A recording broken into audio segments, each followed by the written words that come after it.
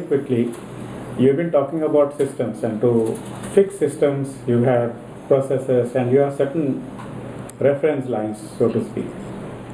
But if you have to go in this way of behavioral form of leadership, influencing behavior and through Yes. personal influence, Yes. you don't have really reference lines. You don't have a blue or a red book for it. No. How do you build that kind of culture in which this happens?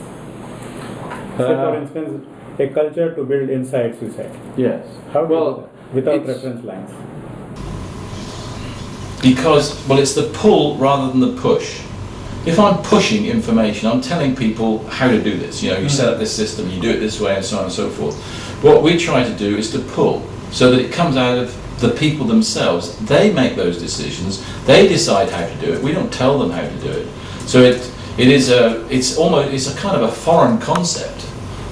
Not to the psychologist, but it is to the normal businessman who's been trained as an engineer. Assume that there are more self-drivers in this kind of thing rather than those who wait for instructions. Yes, but you have to awaken them. I think that's the many leaders will say, and I've heard this many times. I ask these people to get on with this, but they don't show the initiative. They don't show initiative. Well, most leaders have initiative because that's why they're there. Okay, but we assume that everybody will have initiative. It's that it's God-given. It isn't. It's something that has to be learned. Now, a lot of people are lucky that they learn it either through their home or at school. But there are lots of people that don't. So even a little thing like initiative, you have to help people to learn what it is and what it'll do for you.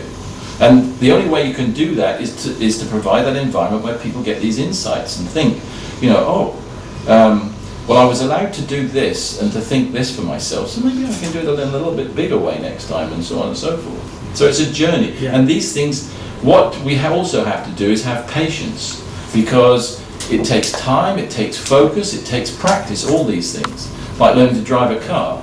You can't just get into a car and drive off before you become a good driver.